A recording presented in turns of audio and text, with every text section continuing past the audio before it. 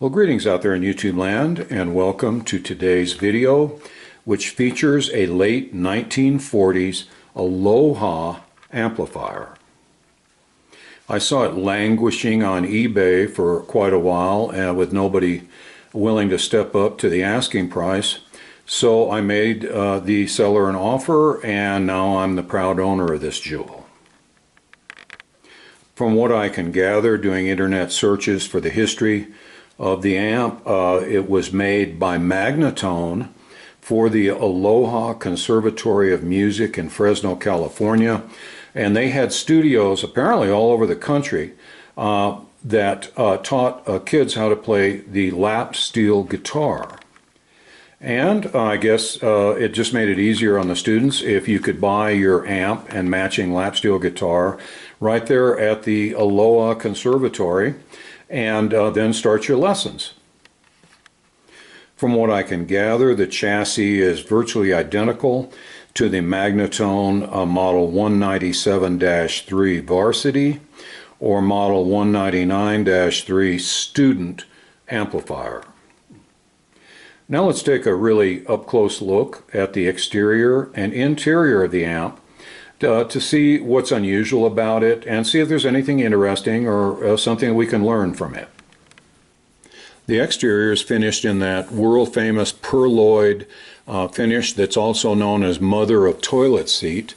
Those of you who lived back in the 50s remember they actually made toilet seats out of material like this. And this one is in exceptionally good shape. This material tends to crack and chip and break away. You can see there's a couple little penetrating wounds here. It's got a coat of arms on the front, which is like the trademark for the Aloha music company. It looks to me like Hawaiian warriors on either side of a coat of arms. The grill is not cloth, it's actually a wire screen, and the design is silk screened on it. Got a simple little chrome steel handle, which is just like the handles we had at my house when I was a kid. I was about 8 years old or so, and we had these handles on all of our kitchen cabinets. I remember one day I had a loose tooth, and instead of going to the dentist, my father tied some dental floss around the tooth and tied it, the other end here, to the handle of the cabinet in the kitchen, and then proceeded to slam the door. Needless to say, the tooth was removed, as was my respect for my father for several years. I also see that those ubiquitous white spots that we find on all vintage amps are present here on the grill of this one, so I can rest easy. It appears that in an effort to conserve the perloid material, they left the bottom of the amp just bare wood. You can see how thin the material is. It's not much thicker than like a postcard, but it must be pretty tough and durable to have held up so well for over 70 years. God knows my perloid hasn't. Okay, you see the nice little hard rubber feet. And let's take a look now at the back. One of the reasons that I really like this amp and wanted to get it is that it's so complete. Even the rear panel is still in place. I've seen quite a few of these Magnatone amps of this form, and this part always seems to be missing. Well, enough foolish speculation. Let's take a look here at the control panel. You see that it's tastefully pinstriped. Offers two instrument inputs. We'll have to see if they're of equal impedance. Also, the proud logo of the Aloha Conservatory is still emblazoned on the rear. Looking at this kind of surrounding edge here, it looks to me like that's a decal. Then we move on to the monstrous volume control knob, which actually hides all the numbers, so it's just guesswork. So we know this is not right. It's a really old knob, probably from back around those days or even older, but I think what we need here is a nice chicken head knob to replace it.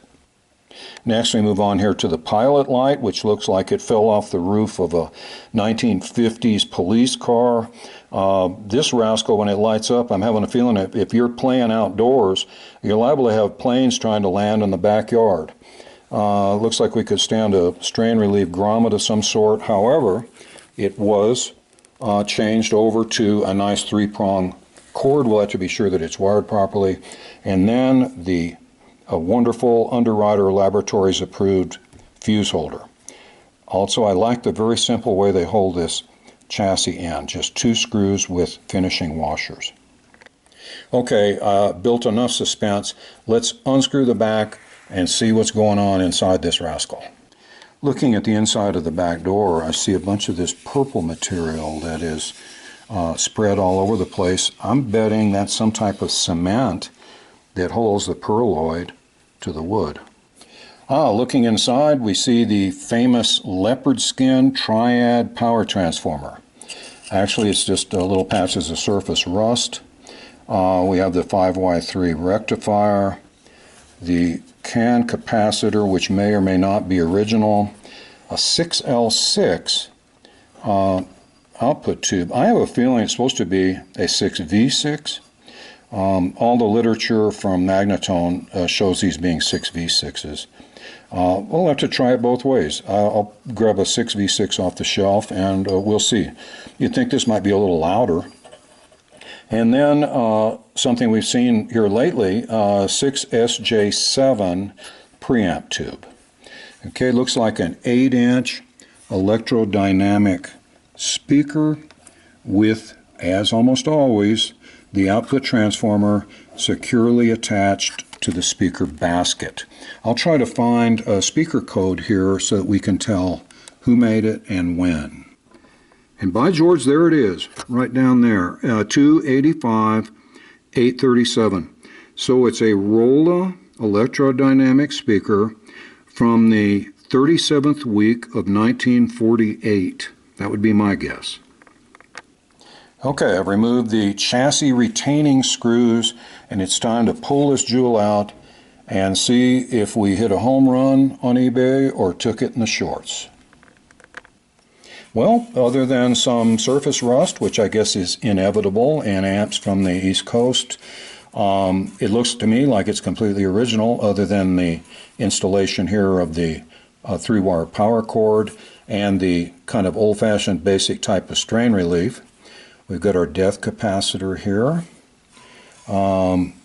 nice waxy coupling capacitor, 10 microfarad cathode bypass cap, cathode bias resistor, which looks like it's withstood a little bit of heat in its day, tone cap. I mean, how basic can it get? You can see how they could make these things for very little money and sell them to kids that wanted to learn how to play the steel guitar. You can also see that the 2 instrument inputs are indeed equivalent. Well, I think it's time to, just for laughs, test out some of these components and replace them, I mean almost regardless of how they're going to test out, but just to see how they've held up over the years. Well, the 10 microfarad bypass cap has it's a little bit high. It's going to be replaced anyway, but actually that's not a disgraceful ESR value.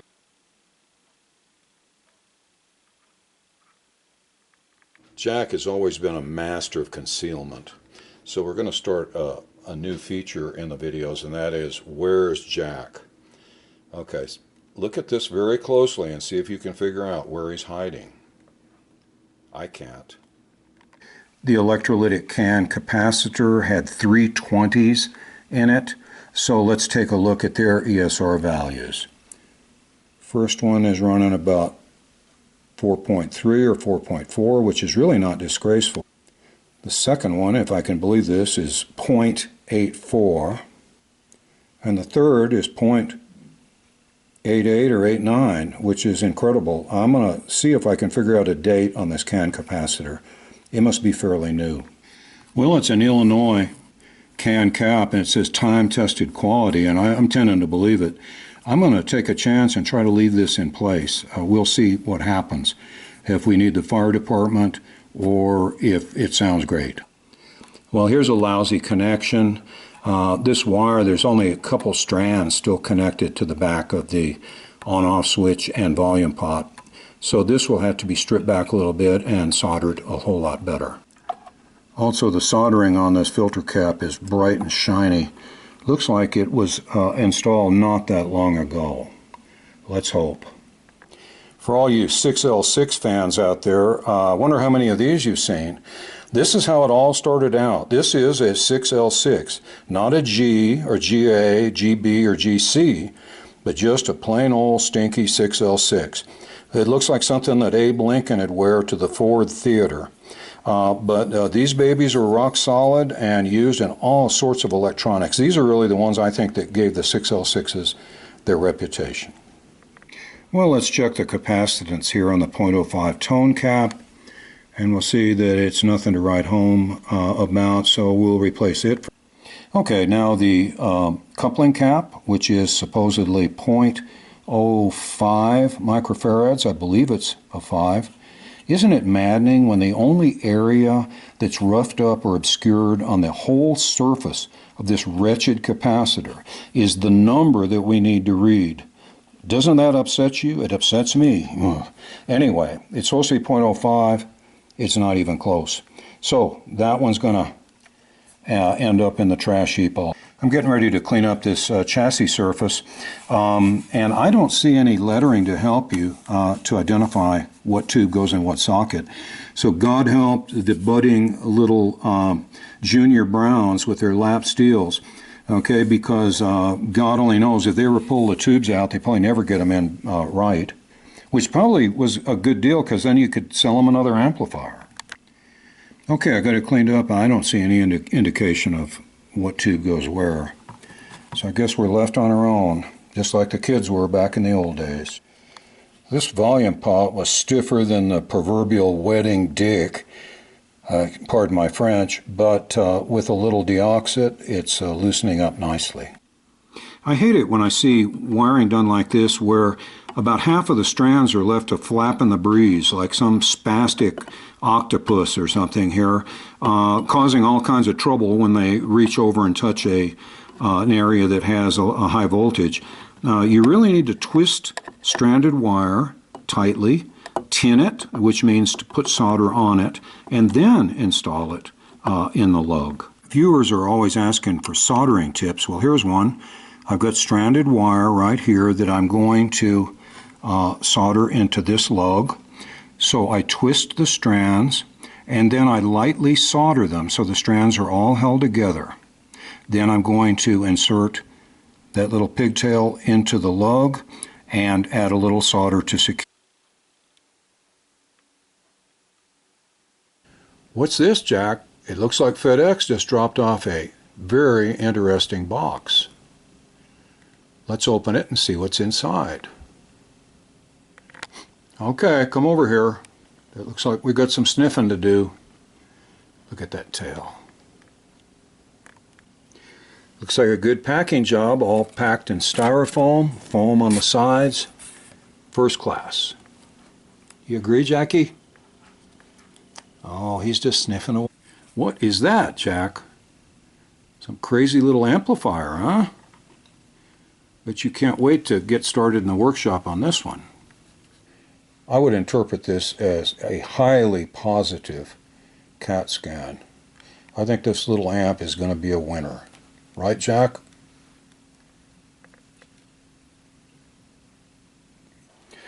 Let's do a brief schematic review for the Aloha amp.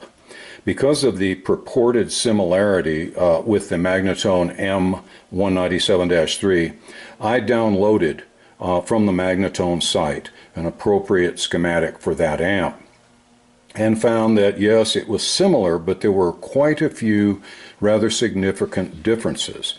I have altered this schematic to reflect those differences and to become an accurate representation of the circuit of the Aloha amp. To those of you who contact me all the time asking for suggestions of what type of home-built amp you could start out with, this would be an ideal one, I think, because it's just a 3-tube, very basic circuit, very much like a Fender Champ, an early one, and it has a pentode preamp tube, and it's a octal tube, not a 12AX7, but something special. So I really think that this would be an ideal basis for a home-built amp. Now, the original Magnatone 197 had a permanent magnet speaker.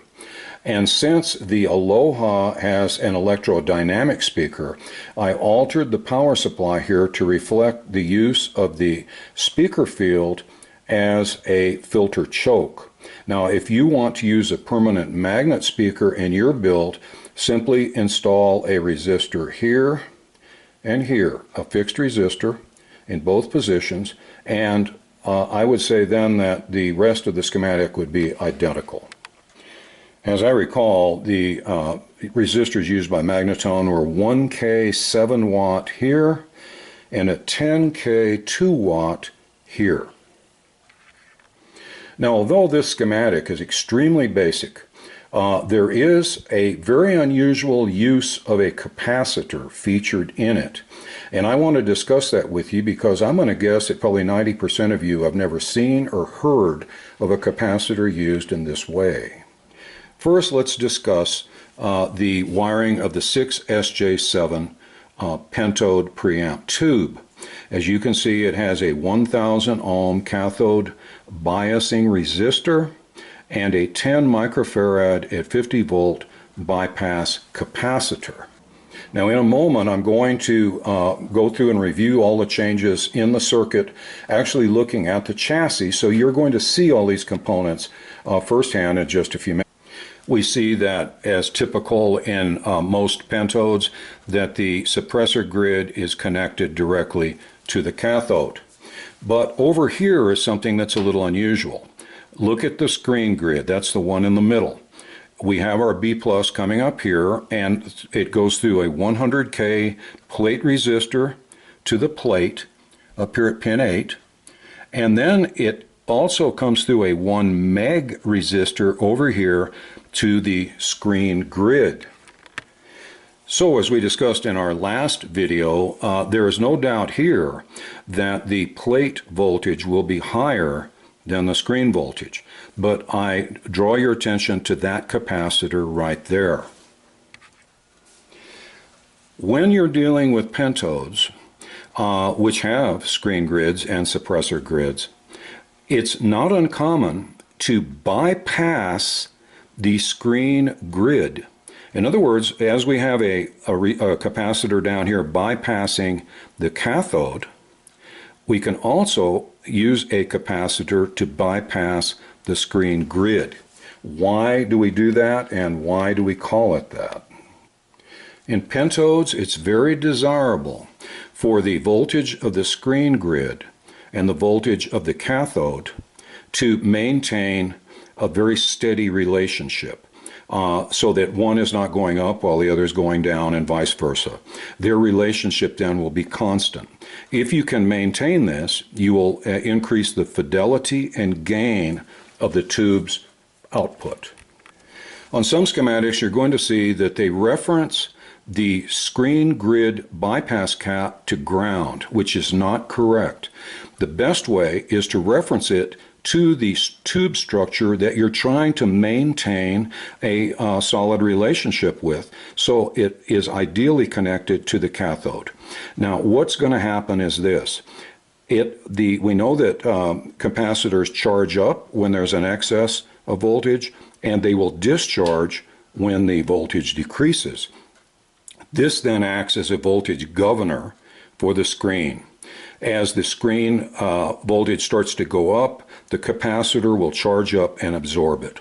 As the screen grid begins to discharge and drop down, the capacitor will discharge its contents of electrons and bring it back up. So think of this as like a little built-in voltage regulator, and it is referenced to the cathode so that the voltage relationship between the screen grid and the cathode will remain constant throughout the operating cycle of the tube.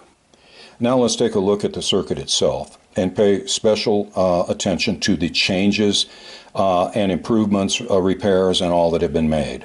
First off, the ground lug from the power cord has been soldered directly to a chassis lug. Number two, the knot was removed and the cord was installed properly with strain relief so that it cannot pass back and forth through the chassis wall and stress the connections in the circuit.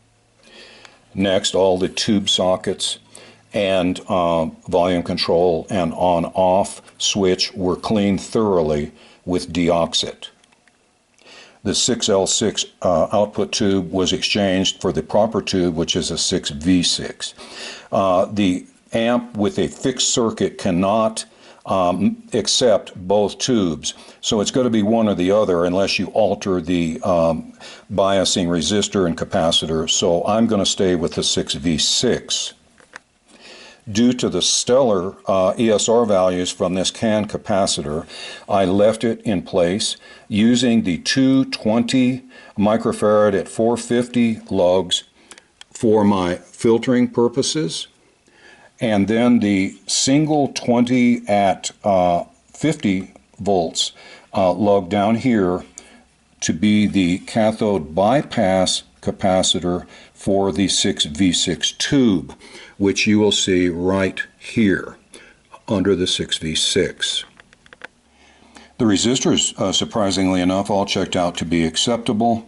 I exchanged the old 10 microfarad cathode bypass cap with a brand new one. And here is that screen grid bypass cap connecting the screen with the cathode. And that coupling cap that connected the plate of the 6SJ7 through the volume control to the grid of the 6V6 is right down here. And it's exactly where you'd expect it to be, running from the plate of the 6SJ7 over to the volume control. And then through this red wire, ultimately to the grid of the 6V6. Okay, we've reviewed all of the improvements to the circuit and repairs.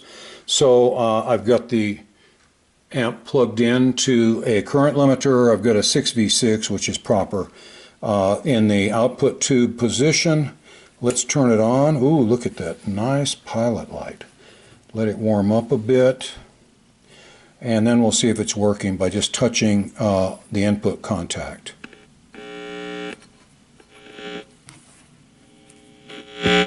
Oh yeah, looking great. A lot of gain. That sounds good. Okay, I think it's time to button it up and plug in a guitar and see if it, how it... I wanted to take a few seconds here to express my appreciation to a viewer in Fairleigh, Vermont, who sent me the 3 little marquees that were missing from the input jacks of the mystery amp that I restored a few videos ago. If you remember, these were missing. Well, they're not missing anymore. So thank you so much. I also wanted to express our heartfelt thanks to those viewers who heeded the request in the last video and stepped up to make a PayPal donation and Patreon pledges. We really appreciate it. As a result, Jack has a brand new bottle of boutique catnip, and I bought the little Aloha amp that we studied today. So as you can see, we're reinvesting the money back into the videos, and I hope that you will help us continue in this cycle by making some new pledges and some new donations. We would sincerely appreciate it. Thanks so much. Okay, we've got the amp turned on, the guitar plugged in. The volume's at a little less than half, which seems to be about right for it. And also you will notice that it is absolutely dead quiet. So I guess leaving that filter cap can intact wasn't the worst idea in the world, for once. Okay, let's strum a few chords and see how it sounds.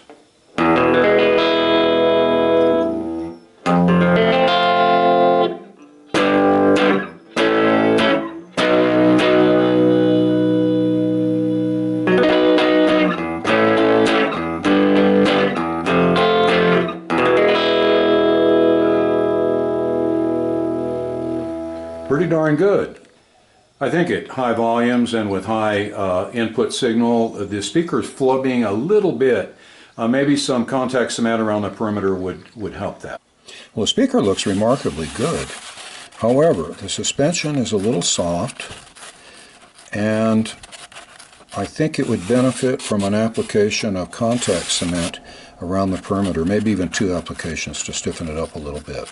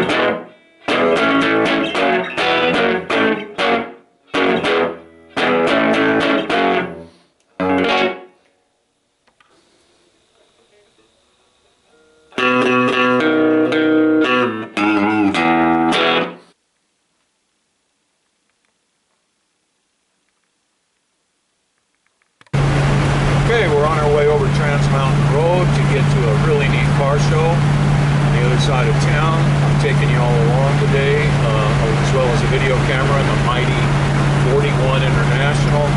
We're going to go check out all the hot rods and hope we have a good time. Stay tuned.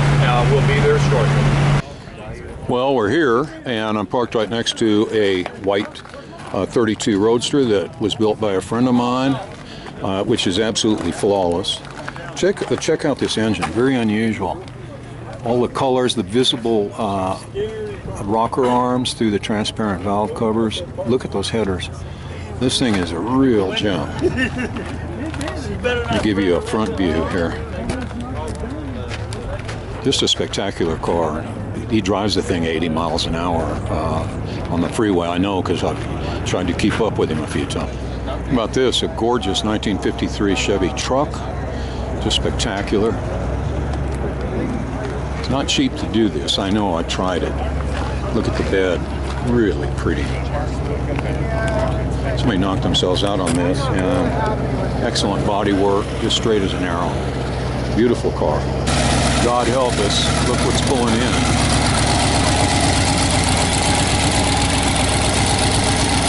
Looks like we're at the Bakersfield Drags back in the 60s. Once he parks, I'll get a better look at it. Let's take a look at this beast. Another 32 Roadster.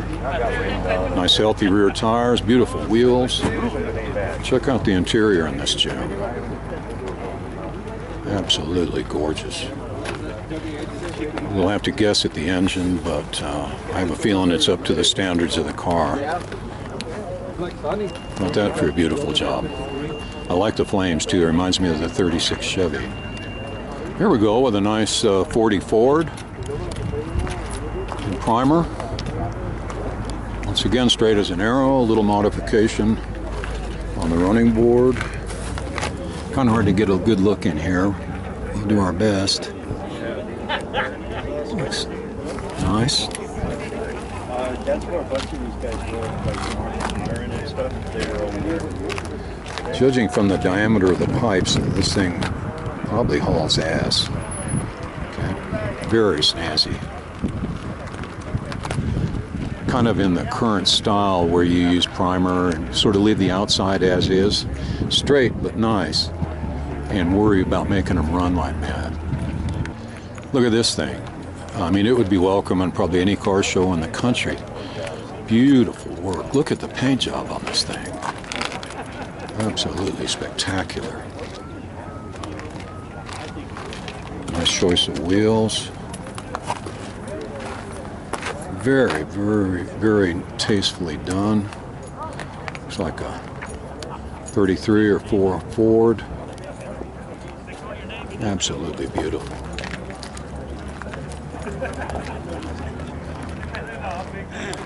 What a gem, huh?